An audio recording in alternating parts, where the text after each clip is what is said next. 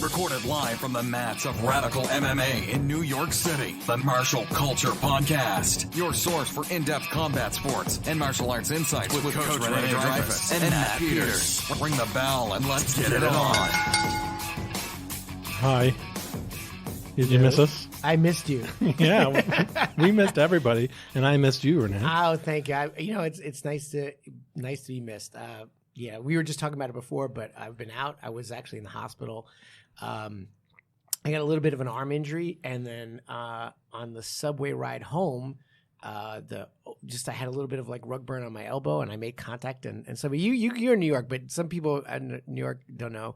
But sometimes you walk into a subway, and you're like, why is there nobody sitting here? This smells really bad. And you're like, oh man, it's like some homeless guy or something. And I'm like, oh, whatever. I sat down.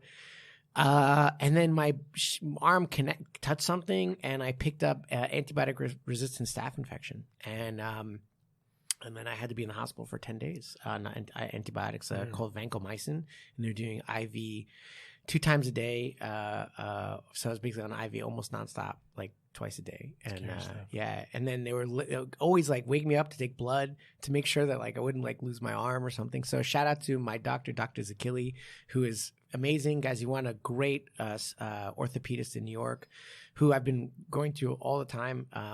And he's actually an ex-wrestler. He's a great combat orthopedist as well, and he was in Iraq, in the Iraq theater, taking care of people. He was in the service. So his experience with combat injuries is unparalleled. But also, what I appreciated was that he was never pushing surgery, because there was a point where they might have to go in and just clean out the infected flesh, but he's like, no, let's see how the antibiotics take, and they were just constantly taking blood to make sure it's good. And so I actually avoided the surgery, which was great, because sometimes there's a great thing. It's like you ask a lawyer how to solve a problem, he'll say sue him. You ask a carpenter how to solve a problem, he'll say, saw it. Ask a surgeon how to solve it, he'll say surgery. So sometimes we have these own internal biases. Same thing in martial arts. You ask a striker, how do you want to fight? Well, you punch him in the face. That's not always the best option. Ask a jiu-jitsu guy, how you choke him out. Like we have our biases. But it was great to see that Dr. Zakili he's not pushing surgery. He was like, let's see how we can avoid this and make sure that you can get back to the mats as soon as possible. Mm-hmm. So I was also really appreciated. A lot of people held the fort up at my academy and really did an amazing job, especially my wife. So I give a little shout out to my wife. I know she listens all the time. Mm-hmm. And she was helping out teach, and she's really growing as a martial artist. Also, some of my senior students, it's too many to list, but especially Philip and Jeff, these guys stepped up and did an amazing job, and among others, not just those guys, but they just were just starting their teaching. Yeah, it's so good to have that support system when you need it. Yeah, yeah. And it was so funny because so many people came to visit me in the hospital, and it was really nice. Thanks for visiting me, by the way. What?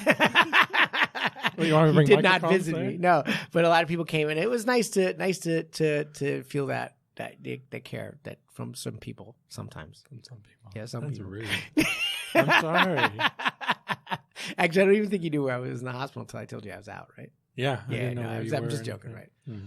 Well, next time you're in the hospital for a staph infection, I'll come visit. I promise. I'll keep that in mind, okay? Hopefully never again. So we're drinking some new things.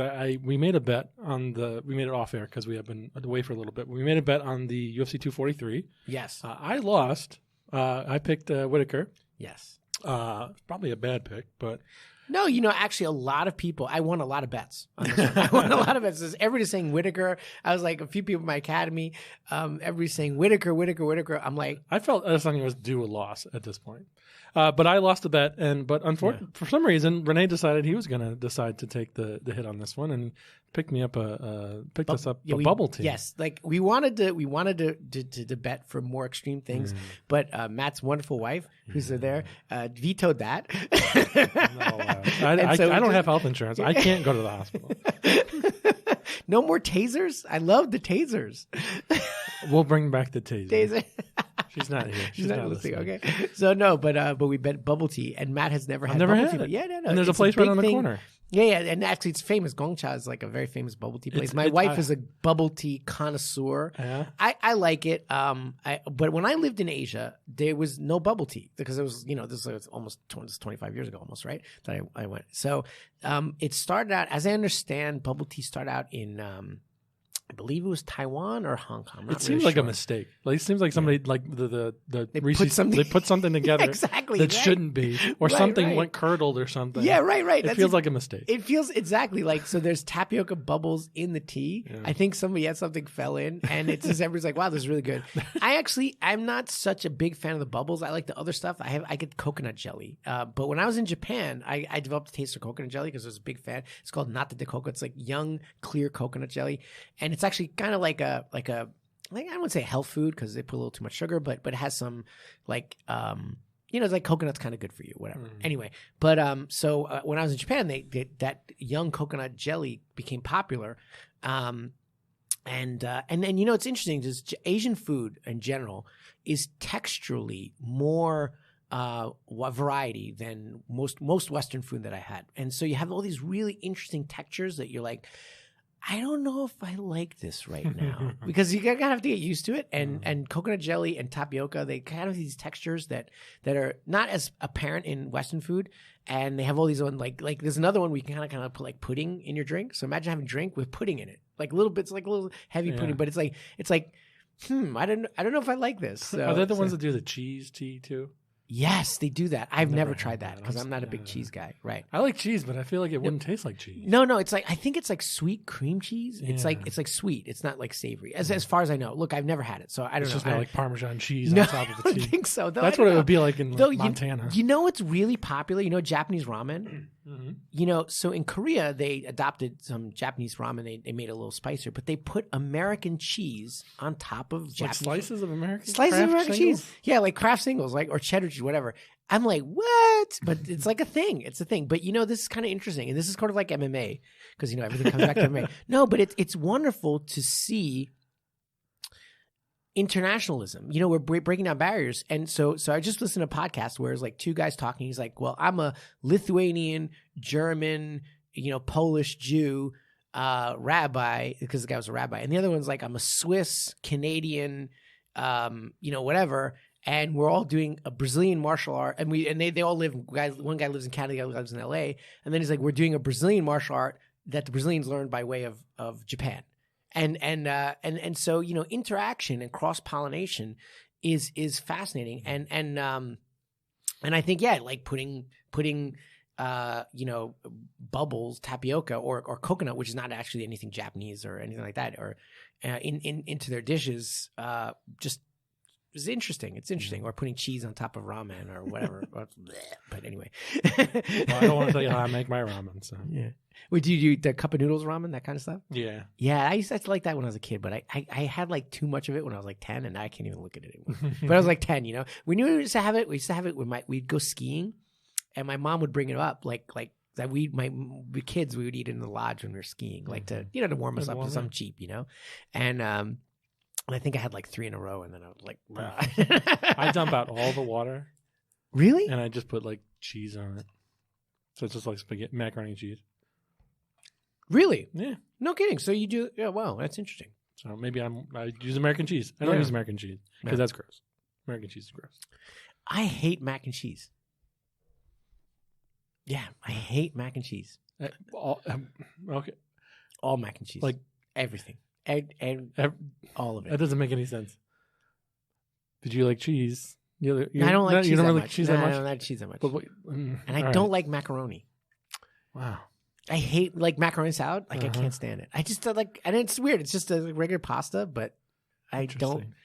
But do you like other pastas? Yes, I do. Yeah. But I don't like with like cheese sauce, like Alfredo sauce. I hate Alfredo because that's basically mac and cheese too. Like Alfredo adult mac and cheese. Adult mac and cheese, right? I had one once. It was like truffle mac and cheese, and I'm like, okay, I won't vomit this up. Oh, so like it was lobster like, mac and cheese. Yeah. That, it actually had like that's gonna make it really like fancy. Yeah, so fancy. Right. I was like, okay, I won't like hate this to the bottom of my soul, but I would never order it. Does your wife like mac and cheese? She does. Okay, because I make a really good mac and cheese, Really? and I'm just gonna give it to her. No, yeah. She will. Just She will bypass yeah. it. All right. Yeah. I make a really good My mac and sister cheese. likes mac and cheese, and I remember she came to visit me when I was living in Japan, and she's like trying to be helpful. And one time she's like, "I made home food like just home. I made mac and cheese." Like, whoa, why'd you make mac and cheese? I was like, "How do you not like mac and cheese?" Like I hate mac and cheese. Wow. So it was a moment where my You sister hate, found you hate something. apple pie too, right? I know I love apple pie, Okay, but good. although you know it's funny because actually speaking of my sister, I've never had a better apple pie made by anybody except my sister. That's nice. And maybe it's like a bias thing because I grew up eating her, but her apple pie is the best I've ever had. And she uses she doesn't use any like water. She like uses fresh apple cider and like she she steeps the apples in apple cider and she's like fresh like she has the whole thing that she does and she takes forever. But she used to sell them actually. I'm anti-fruit You're anti-fruit in desserts. I will eat an apple. I'll eat a banana. I'll eat an orange. I don't want it in my dessert. You know what I also like that drives Japanese people weird and crazy? I love savory fruit. I don't know what a savory fruit Like you make a curry and then you put like pineapples in it. Like a pineapple on a burger. Mm. Like that kind of thing. Or pineapple on a pizza. Although that's like I'm a New Yorker, so I would never do that. But like a pineapple on a burger, I love that kind of combination of like sweet and savory. Yeah. You know, or like prosciutto and melon, you know, like that kind of thing. Like you know what I mean? Yeah, that's not good. great. Yeah. I had this is a weird conversation. Yeah, I know, right? It's like not talking about MMA at all. There's the French place on Lower East Side, Raclette. Oh, right, with the dripping cheese. Yeah. And then they put it over top of pearl onions and like little pickles. Gherkins. And it tastes fucking amazing. I actually don't like cheese, but I do like that. Yeah. Like it's almost like a fondue. Yeah. You know? It's yeah. fondue. Oh, it's like I don't know what kind of cheese you use. Yeah. Raclette. That's raclette. That's Yeah. I used to. It's funny. I hate cheese, but I used to sell cheese. So I worked in a cheese shop, and I think that's also why I really hate cheese because I would walk back into the storage area, and there would be like mold floating through the all air like an alien, and then you would like shower so much, but you could never get the mold off your skin completely. Start growing cheese on your skin. No, I developed like really bad eczema. Working there because it's just no matter how much you scrub and how much like antibacterial you use, you just the bacteria gets on your fingers. Yeah, and then like it's just it was not fun. Yeah, too much exposure to something makes you hate it. Yeah, exactly. Right. Yeah, and I'm also lactose intolerant, so you know. Wow. Too much information. Yeah, you don't start farting in here. It's a small room, but other than that, we're good. Yeah, this is soy milk here, so good.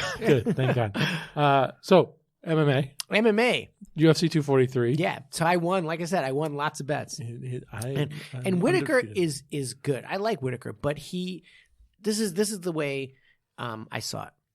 Whitaker fights with his front hand down. And like a little bit of a flick jab boxing style, like Muhammad Ali used to. You know, he drops his hand. It's becoming a little more popular. BJ Penn used to do that too. Some of the fighters do that. They do that flick jab style. And that style is legitimate. It's like, you know, that's what Muhammad Ali did. And it's nice to see an interesting, you know, different styles when they are appropriate. So flick jab, if you are fast and have reach, you're going to have an advantage, right? And you can, especially at Southpaw Orthodox, you can kind of step on the outside and flick the jab, you know, kind of things like that, right? Okay, let's look at the stats. And also Whitaker does have his backhand down too as well, right? But okay, so Adesanya has quite a reach advantage. And in terms of speed, he's much faster. Mm-hmm. So you're talking with a guy who's faster with reach, and also one guy puts his hands down. I wonder who's going to win this fight. And also, if the other thing is, Adesanya's defensive skills are very, very strong. And this is an important thing. I want to talk about this. The last weekend was the Abu Dhabi World Submission Champs, the ADCC World Submission Championships. I don't know. It's like the biggest no-gi submission fighting sport event and it's every 2 years, right? So, you know, there's like a lot of times I always talk about the difference between sport jiu-jitsu and MMA jiu-jitsu, but there's one thing that's really important and I think is lost in a lot of modern submission wrestling, but is really important for MMA, whether it's grappling, whether it's striking. Defense wins matches. And Adesanya, you see, he's like he was like bobbing, slipping, moving. You know, it was really good defensive, you know, head movement, and also he's a master of judging the distance, like Shevchenko is too. Like I think Shevchenko is one of the fighters that I respect the most because with tiny little adjustments, she's just completely out of distance, and she's a very strong defensive fighter. And Adesanya too, and Whitaker, I think is not as strong. So you're talking about reach, speed, Adesanya. Defensive, Adesanya. For me, it was a no-brainer. So I have like 7 bets that I won. And I was like, oh, you want to take Whittaker? Okay, I want to take Whittaker. I was so sick. But the thing is, I made a bet with my wife. And then she was going to bet to eat natto. I don't know if you know what natto is. It's one of the most disgusting things on the planet. Wow. It's like, you know how you make tofu where you ferment beans, but you kind of like half ferment them, but they look like vomit. And it's like, this is a typical thing of a Westerner who goes to Japan and absolutely hates this thing. I'm going to pull up a picture of it, but it's I can't even stand the smell. It's like the Japanese version of cheese because it smells so bad. And she's like, okay, if you lose, you have to eat natto. And I'm like, I don't care how confident I was in the bet. I wasn't going to take it because I was too scared. I would rather get hit in the face for 10 years straight than, eat natto once. Oh my God. Do people like this stuff? Yeah, no, it's a regional thing. So in Tokyo, where I lived, natto is actually, it's I would say it's somewhat popular. I would say it's somewhat popular, but in the Osaka region, which is the more southern middle part of Japan, it is not popular, and so most of the people who said they don't like natto, I find come from the Osaka region. Though it is like a common thing, sort of like what's the example, like bagels in New York, it's but everybody eats bagels in America, I don't think you could go to they're city. Much different when you go further. I know they into suck. the middle. I know. Have you ever had pizza outside New York? It's just terrible. Yeah. But like the Lender's frozen bagels, that's what you get. The further you go. What is that? It's just a frozen bagel. bagel. They're all frozen. Gross. Yeah, frozen bagels probably terrible. But it's funny. It's totally weird, but I didn't have a bagel till I was like 13. Wow. I grew up in New York the whole time. This is like my family. We're not like bagel eaters, We're like, my dad just didn't like bagels, I guess, or didn't. I think he was ambivalent to him, right? And then so I went to actually, I was 14 years old. I went to Bronx Science, which is a high school for that I had to travel to, and so it was like a little outside my neighborhood. And then I'm like, everybody's eating bagels like for first class. I'm like, oh, it's a bagel. Is that any good? And the guy's like, here, have some. I'm like, this is delicious. How have I not known this all my life? From that moment on, it was a bagel for breakfast every morning. Everything bagels? No, I like raisin bagels. I'm weird. You know what I do? I do raisin bagel toasted with scallion cream cheese. Weird, right? Mm-hmm. If it's tasty, try it. I won't. We're hungry. Are we hungry? Yeah, I am hungry. I'm very hungry. 20 minutes now. So, Adesanya, obviously a great fighter. Yeah. He's got a lot of skills that are unmatched. I mean, he's just hitting hitting on every level. Yeah. And the thing is, talking about defense, his takedown defense is so freaking amazing. There was no grappling in this. No, none whatsoever. None whatsoever. Well, there's like a tiny bit of like clinch grappling for a second. It was just but very little. Very, very little. Which is entertaining. Yeah. I mean, that's fan service right there. How do you feel about Adesanya outside the octagon? Did you just watch his little entrance? Oh, yeah. No, that was cool. Now, it's funny. Okay, because like at the end of the day, fan service is important. Mm-hmm. And it reminds me of the old Pride days. Do you remember Pride? Mm-hmm. And do you remember a fighter named Genki Sudo? No. So Genki Sudo used to come in, and Sakuraba too. You remember Sakuraba, right? They used to come in with these like incredible performances, and who did it in the UFC? Diego Sanchez came in with the full mariachi band once. I remember Yeah, that. and going back way back when, Kimo Leopoldo came in with a really weird entrance where he was like weirdly religious, but kind of not, because it turns out he was like involved in his trainer was involved in some serious criminal activity and all that. But he came in with a Christian cross on his back. I'm like, hey, you're probably already tired going into the game. But a performance, it's a lot of MMA purists, and myself, I'm included, is like, we don't like to compare mixed martial arts to professional wrestling. No. And as a person who comes from the traditional martial world, I hated professional wrestling. But MMA and professional wrestling do cross over in terms of, especially in Japan, because the promoters were the same, and the people who pioneered MMA in Japan actually were in the professional wrestling circuit. So this kind of like fan service or performance thing is very popular in Asia, though in ONE FC they don't seem to allow. Well, they do allow the fireworks and things like that. But I don't mind hyping yourself up a little bit or doing a performance. There's nothing wrong with that. Yeah. It's just what I don't like is trash talking.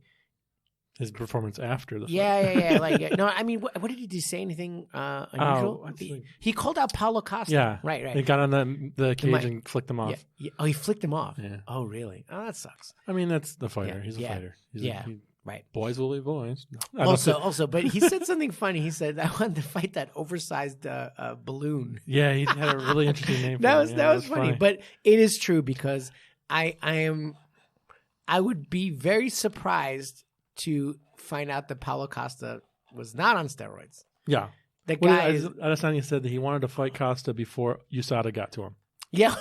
That's great. He said, it's a good trash true. talk, yeah, it's true. And come on. And this is Brazilian, I don't know if you know, but in Brazil, you can walk over to a pharmacy down the street and get almost any steroid you want. Yeah. Like it's just then they find ways to, like cycle out. Yeah. But he's a big boy. Yeah, he's a big boy. Yeah. But I mean, unfortunately, steroids are very, very common in MMA, and I wish they did more testing. It's hard with international sport. Yeah, it's hard. It's hard, and it costs a lot of money. Chael Sonnen said something interesting. I know we don't like Chael Sonnen, but I was listening to his post-fight kind of breakdown.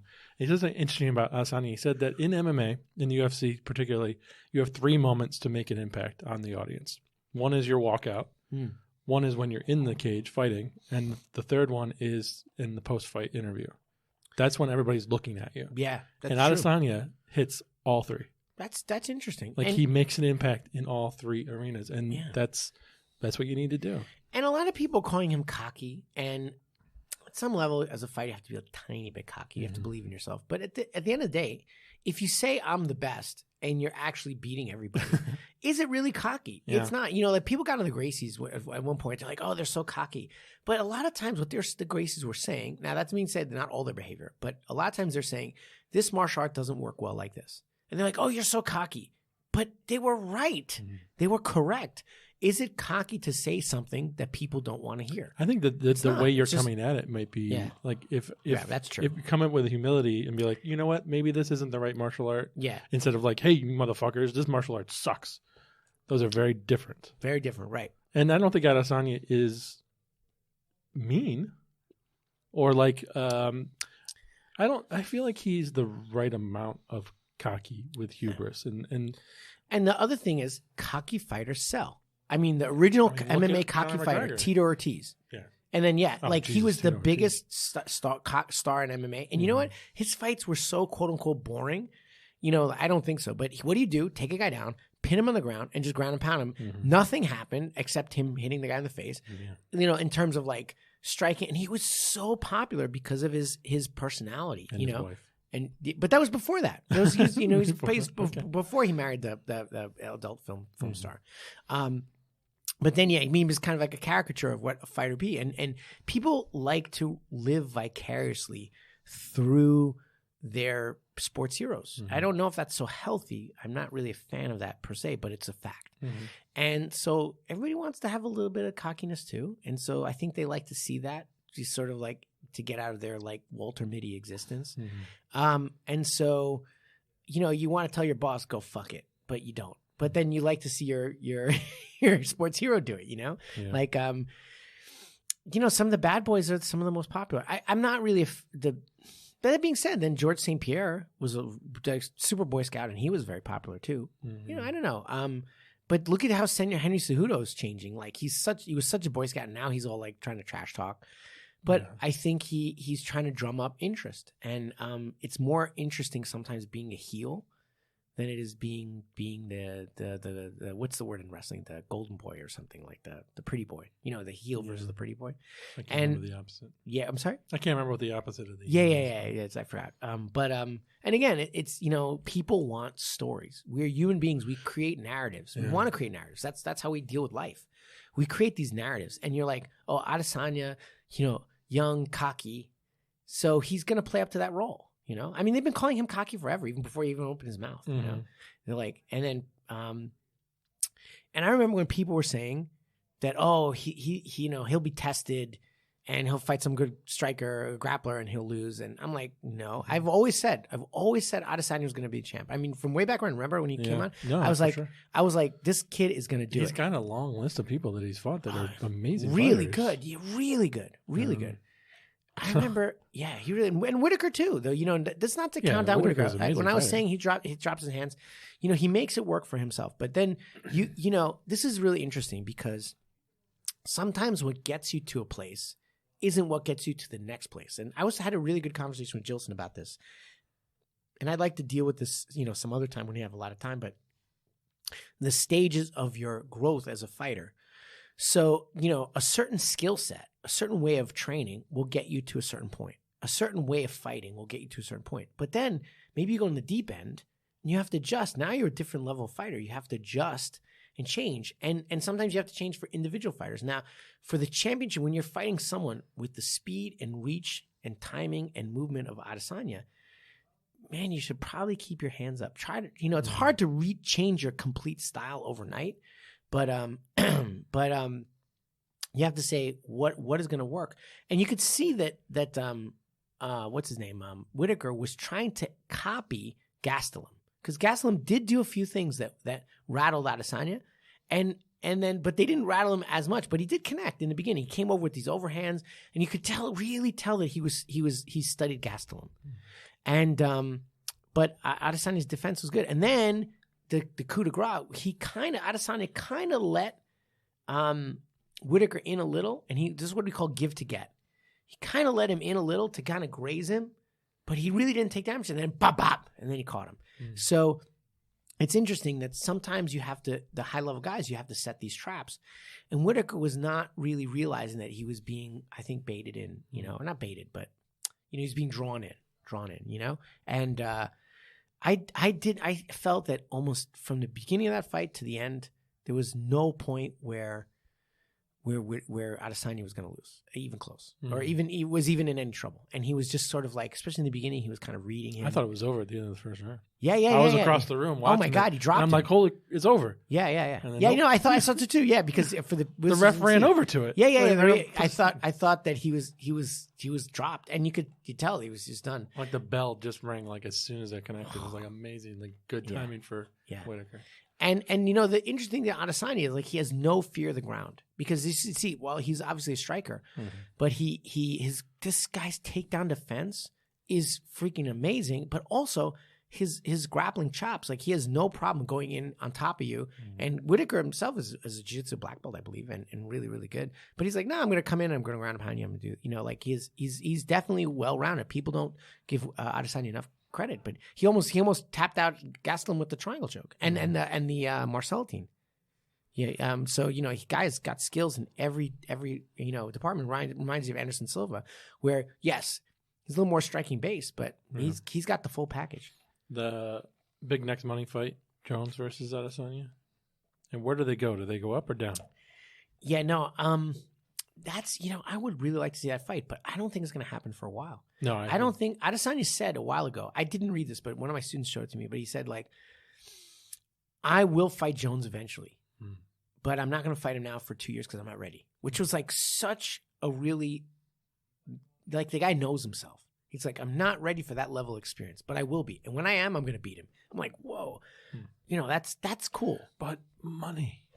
But money, yeah. No, I think that would be such a huge fight. He's got to defend it at 185 for a while. He's got to do a couple fights. Let him do 185 for a couple fights, get him another year of experience. Could he go up? Yeah, he has to, because Jones can't come down. He can't come down. Yeah. And he won't, you know, he won't. Everybody wants 2 belts these days. Yeah, I think Jones is going to go up, though. That's what I think. You think he can go up? Yeah. I mean, he was really big after. I mean, have you seen his brothers? His brothers are huge. So Patriots, just put him on all horse meat diet, like Overeem. No, I'm kidding. But you know, he's done steroids before. He'd probably do it again. You know.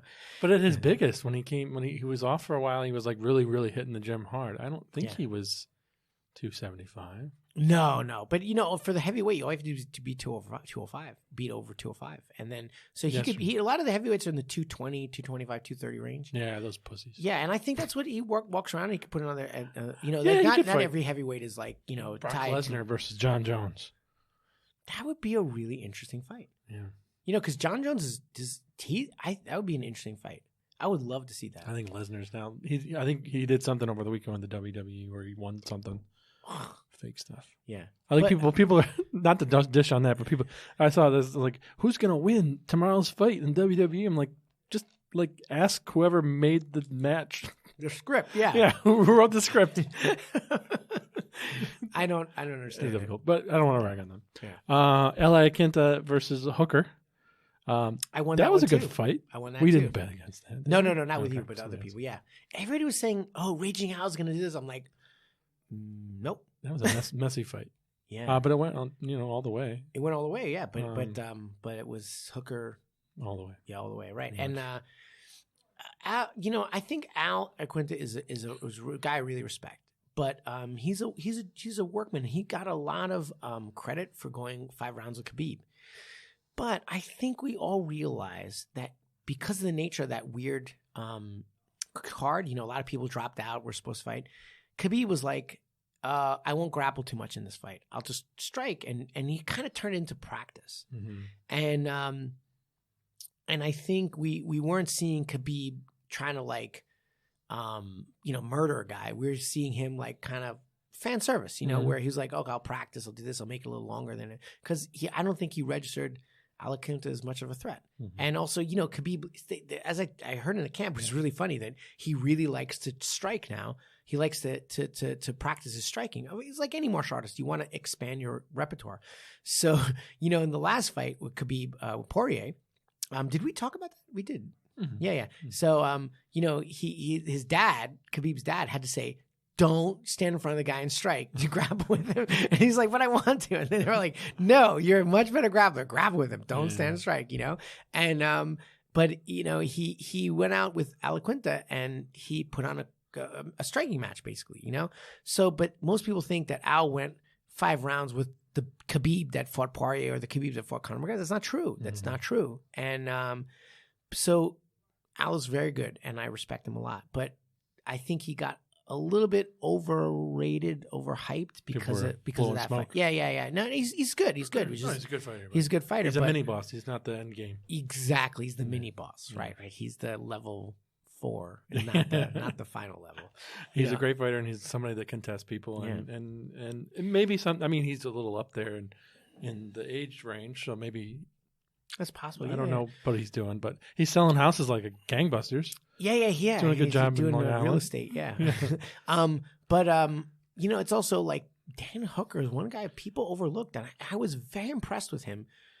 There's a lot of really good fighters coming up.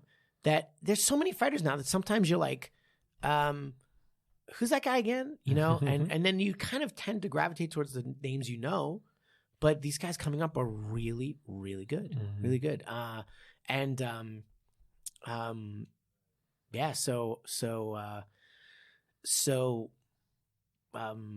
was a good fight. Yeah, it was a good fight, it was good overall, I couldn't see Al winning that one.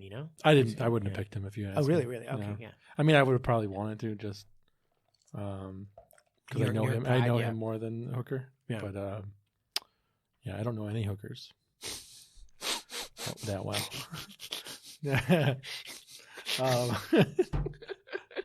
So what did we? Do you know what catch wrestlers used to be? The real name of catch wrestlers. No. Back in the day, they were called hookers. Yeah. So I actually do know a hooker. It's my friend's dad, and he was an old school. He's an old school catch wrestler. My friend's dad is a hooker. Yeah, that's what they used to call him. Because it was like hook and shoot. Like mm-hmm. shoot as a takedown, and hook was you grab a underhook and then you submit the guy, right? An underhook, right? So you're a hooker. Yeah. But they stopped using that term. They said a catch wrestler because it's just so weird to say I'm a hooker. Yeah. But that's what they used to call it, 150 years ago, 130 years ago. Yeah. I got an interesting email the other day from Madison Square Garden, and they're selling tickets to the UFC event in November, and it's only $5,000. Only $5,000. Yeah. Well, let's buy like 10 seats. Come on, Front let's go. row. You get to go meet and greet with the fighters. And so I'm hoping that we can run this through some like the Martial Culture business account. Let's have a GoFundMe. Yeah. Everybody, my Cash App is $_Peters. I need $5,000. I'm excited for this, the next UFC 244, because it is going to be in New York City. And I'm trying so hard to get people to come on the show. Fights coming up. I'm also excited for Fight nights. Joanna Jędrzejczyk versus Michelle Waterson. Yeah, that's next weekend, October 12th. Yeah, I mean, this is like a really high level fight, and Cub Swanson, Kron Gracie, Gracie, right? Yeah. It's going to be great. I mean, the UFC is putting on some really great shows. Mackenzie Dern is back. Yeah, and you know what? Mackenzie Dern and Michelle Waterson both is really, really wonderful. They're both mothers now. Mm-hmm. So it would be amazing if Michelle Waterson won. She'd be the first MMA champion, the UFC champion that was also a mother. That would be like amazing. And Mackenzie Dern too. You got to give them credit. But I think Mackenzie Dern has always had trouble making weight. Post pregnancy, it can only get harder. As far as I would assume. Obviously I'm not a guy, but I mean I'm a guy, not a girl. Excuse me. But that's got to be really hard. And she's always struggled with making weight. So I don't even know who she's. Amanda Rebus. I don't know who that is. I don't either. But no, we're looking at Joanna and Michelle's going to be. How do you see that playing out? Gosh, I want to give it. Yeah, me too. I want to give it to Michelle. Right? I think Michelle is going to give it a good fight, but I do think Joanna might pull it out. It's weird because Michelle's doing so well. She's on such a roll, and Joanna's not. She's on a losing. She's not on a. Which is. That might be good for her. She's like crawling back up out of nothing. Yeah, but so it's first hard. Of all, technically speaking, Joanna is one of my favorite strikers in MMA. I really respect her. I think she's really, really good. Obviously, she lost to Rose, but that was a great fight. Mm-hmm. It was a great fight. Both of them, great fights. But she's fantastic. But she's been on the tough end of something, and she's one of those fighters that I think the loss really hurts. Mm-hmm. Like Ronda Rousey. Or the loss is just kind of like crushes you a little too much. And mentally, let's see where she is. If she's mentally strong, I think she's probably going to win it. I think she's going to win it because Michelle Waterson is really good. But I don't. This is an interesting thing. There's technique, and then technique has to be wedded to strategy and tactics. And I sometimes feel that Michelle strategically could be a little bit better. But the same thing with Whitaker today. Like I felt he had to deploy his weapons in a different strategic manner. And that doesn't mean he's not good. And I saw, it's funny because in the same card as Whitaker and Adesanya, there was what was his name? Riddell and Malarkey. And both these guys were really, really skilled. And then people thought it was going to be a fight night because it was like a total barn-burning slobber knocker slugfest. Yeah. So they're both really skilled, and they've decided to just throw tactics to the wind and just blast out. Like Pedro Munoz and Cody Garbrandt. Cody Garbrandt has movements, angles, this, and he's like, no, I'm going to sit in front of you. We're just going to brawl. Yeah.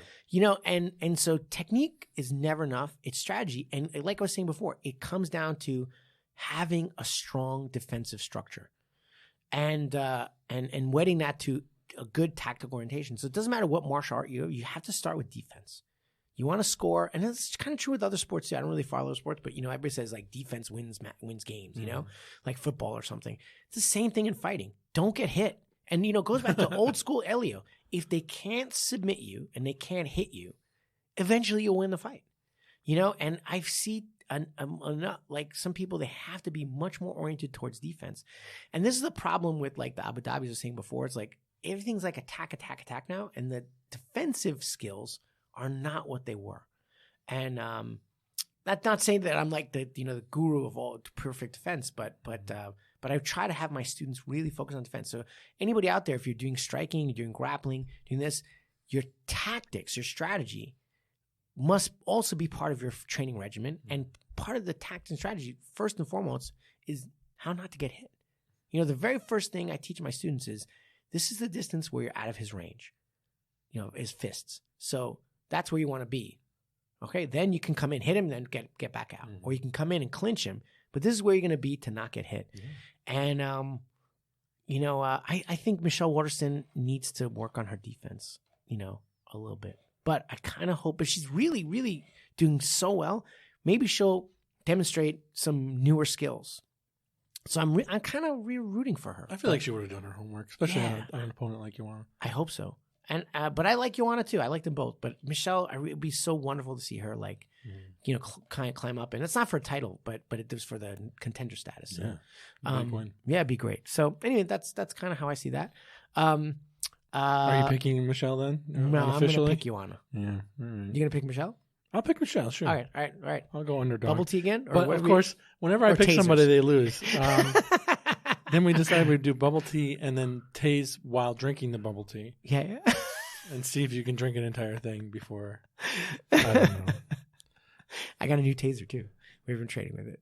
I can hide Let's tase Miles or Raul. Let's tase Brianna. Listeners, Matt's wife just looked over and gave me the meanest look ever. She's like, I'm going to kick you out of this place right now. Before we go, we did a poll on the Instagram page. Yes. And we asked a question, is Adesanya the greatest middleweight? Is he the greatest middleweight currently or all time, or is he on his way? Then overwhelmingly, the percentage, I think, was 80-20 no, is what we got. Who did you say was the best middleweight? I don't have anybody picked out. Is Adesanya the best middleweight? I mean, I like Machida. Yeah, Machida was really amazing. yeah. Machida and Anderson Silva is middleweight, right? Yeah. Yeah, so I would say Anderson Silva. Yeah, that's Okay. what I'd say because Is Adesanya on the way? Yeah, for sure. He'll be up there. Adesanya's going to be, you know, it's interesting because It's funny because he beat both of those, he beat Silva. So I don't think he fought Machida. No. Machida moved over to Bellator. I don't think he fought him. No, I don't think so. But yeah, it's I mean, it's a hard question to ask. It's a hard question. Yeah. But I think we're in an area right now where the overall skill of MMA, there's like, it's rising, but there's some guys, especially in the UFC, because they're adding new people in, a lot of new people in that don't have well-rounded skill sets. But the cream of the crop is some of the best fighters we've ever seen in the history of combat sports. John Jones, like we're in the era of John Jones. We're in the era, you know, and Demetrius Johnson's in ONE FC right now, but Demetrius Johnson's still, and he lost to Cejudo, but still, he's amazing. And Cejudo's pretty amazing too. And you know, and Khabib, oh my God, this guy is like great. We have lots of different weight classes with people who are just astoundingly good. Ferguson, what's his name, Holloway, you know, and you know what? I think Kamaru Usman's pretty good too. You know, he's only had the one fight that he won at 170, but he's a pretty solid fighter. I really am impressed with him. And Daniel Cormier, you know, was amazing. Obviously lost to Stipe, but we're in the golden age of we're MMA. in an age where whatever weight class you're talking about, you have some incredibly skilled guys, and it's wonderful to see. I want to see a Royal Rumble. Let's put them all in the cage. I would be like a five man, you know, gang war. Champions from each division, each weight class, in a room. Lock the door. Thunderdome, baby. No. This is each five weight classes versus another group of 5 weight classes. So each team gets a little guy, a medium guy, a small guy, and it's 5-on-5. There you go. That's what I'd like to see. Let's do it. Yeah. Come on, Dana White, call me. One in Russia. We're All ready. Right. So, we're back. It's so nice to be back doing the podcast. Yes, sir. And I apologize to the listeners that I was out so long, but we'll be back regular now on, and we have some really cool things. The one thing I want to mention is Barry Eisler.